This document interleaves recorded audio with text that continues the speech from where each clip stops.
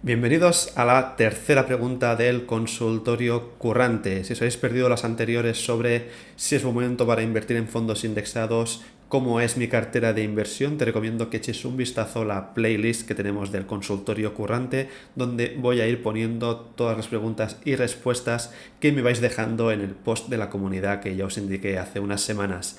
Hoy vamos a hablar de hipotecas, de ingresos, de deuda y de cuánto necesitamos tener para poder pedir una hipoteca y qué porcentaje de ingresos deberíamos destinar.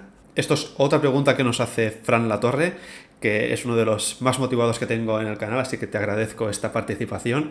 Y nos pregunta qué porcentaje de ingresos mensuales le darías a una hipoteca con respecto al cobro de un mes, teniendo en cuenta la relación tiempo de hipoteca e intereses. Vale, pregunta muy interesante y es una decisión que yo creo que es de las más importantes que alguien puede tomar en su vida, que es justamente decidir qué hipoteca y cuánto quieren pagar mes a mes. Para empezar, y como siempre, esto no son consejos de inversión ni de que utilicéis nada, esto es simplemente mi visión, mi opinión y mi análisis. También comparto mis experiencias para que te puedan aportar valor y te ayuden a tomar decisiones de cara al futuro o seguir analizando y teniendo pues, en cuenta otras opciones.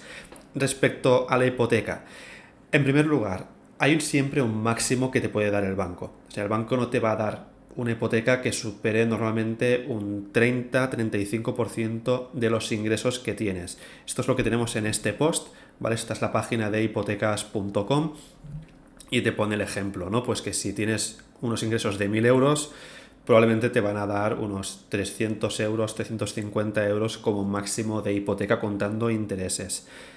Mi opinión para esto, en primer lugar, yo no destinaría, yo en primer lugar lo que haría es ver cuál es mi capacidad de ahorro. Si tengo, por ejemplo, esos ingresos de 1.000 euros, qué cantidad yo soy capaz de ahorrar tranquilamente mes a mes y a partir de ahí ver qué cantidad pues podría destinar a la hipoteca, pero también contando los otros gastos que tiene un inmueble. Y esto es importante tenerlo en cuenta porque cuando compramos un inmueble no solamente tenemos el gasto de la hipoteca, tenemos el gasto de los intereses, tenemos que también pagar el IBI, tenemos que pagar las basuras, tenemos que pagar normalmente también un seguro, tener en cuenta si hay una cuota de comunidad, si hay posibles derramas y todo esto yo creo que hay que contemplarlo para que luego no llegue un año y nos venga un varapalo bastante interesante y haga que tambaleen todas nuestras finanzas. Yo lo que considero más óptimo es que tanto la hipoteca como la suma de todos los gastos a nivel mensual no superen un 30 o un 35%, como muy mucho. Pero esto también va a depender de tu sueldo, porque no es lo mismo un 30% de 1.000 euros que uno de 5.000 euros. Si, por ejemplo, cobras 5.000 euros, pues igual puedes dedicar un 40% porque probablemente aún te queda un margen bastante interesante de ahorro para afrontar otros gastos.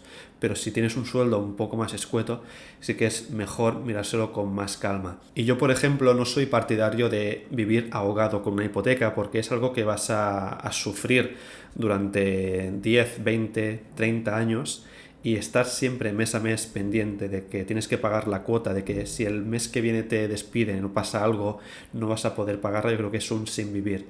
Para mí la cuota hipotecaria debería ser lo máximo de cómoda posible. Si el inmueble que estamos soñando tener no lo podemos tener porque la cuota es demasiado alta, yo creo que vale más la pena vivir en un sitio pues más humilde, al menos para empezar. Luego siempre podemos vender el inmueble e irnos a otro sitio, pero yo creo que es más importante no estar ahogados y pendientes de ese mes a mes de tener que estar pagando la cuota hipotecaria. Y si además, si es posible, podemos amortizar anticipadamente, sobre todo los primeros años, para ahorrarnos algunos intereses y de esa manera también el coste hipotecario pues se va reduciendo. Otro aspecto interesante sobre las hipotecas es que el impacto que tiene el gasto de la hipoteca, los intereses, cada vez es menor año a año. Si es un gasto fijo, aquí me refiero a las hipotecas que son a tipo fijo, que me parece que van a ser bastante damnificadas estos años por culpa de la subida del Euribor, pero bueno, si conseguís hipotecas a tipo fijo, lo que tenéis que saber es que el interés se mantiene constante. Sin embargo, si tu sueldo va subiendo a medida que sube también el IPC, por ejemplo un 1%, un 2%, iremos viendo que el impacto que tiene la carga hipotecaria va a ser menor, por lo cual si estás pagando actualmente 400 euros, de aquí a 10 años el impacto real sería como si estuvieras pagando 350 o 300 gracias a esa diferencia entre la subida de sueldos y la estabilidad del que sería el gasto hipotecario. Un último consejo, si lo queréis seguir, es en mi página web dinerocurrante.com, en recursos y plantillas, tengo una página que se llama Calcular hipoteca y amortizar, que yo creo que es interesante para que hagáis algunos cálculos. Aquí aparte hablo de si es mejor amortizar la hipoteca, si es mejor utilizar ese dinero para invertir. Y con esta plantilla lo bueno es que podéis ir viendo los diferentes escenarios. Si por ejemplo invertís al principio del préstamo hipotecario o si empezáis amortizando para ver la cantidad de intereses que os vais ahorrando. Yo por ejemplo amorticé bastante al principio de la hipoteca, eso hizo que redujera el tiempo para pagarla y también pues que me saliera algo más barato. En mi caso la hipoteca no era muy alta, pero en hipotecas que puedan ser de cantidades bastante importantes estamos hablando de ahorros de bastantes miles de euros.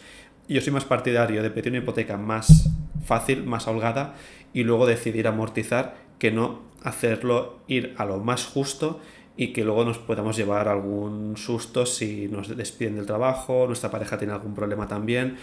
Creo que es más seguro hacerlo así, pero eso ya cada uno tiene que evaluar su situación personal, su estabilidad financiera y a partir de ahí pues ir tomando las decisiones. También saber que las hipotecas se pueden cambiar, tiene un coste pero puedes cambiar las condiciones, puedes cambiarlas de banco si ves un banco que ofrece muchas mejores opciones de hipoteca y también pues puedes utilizar la hipoteca para comprar luego otro inmueble, te puedes apalancar.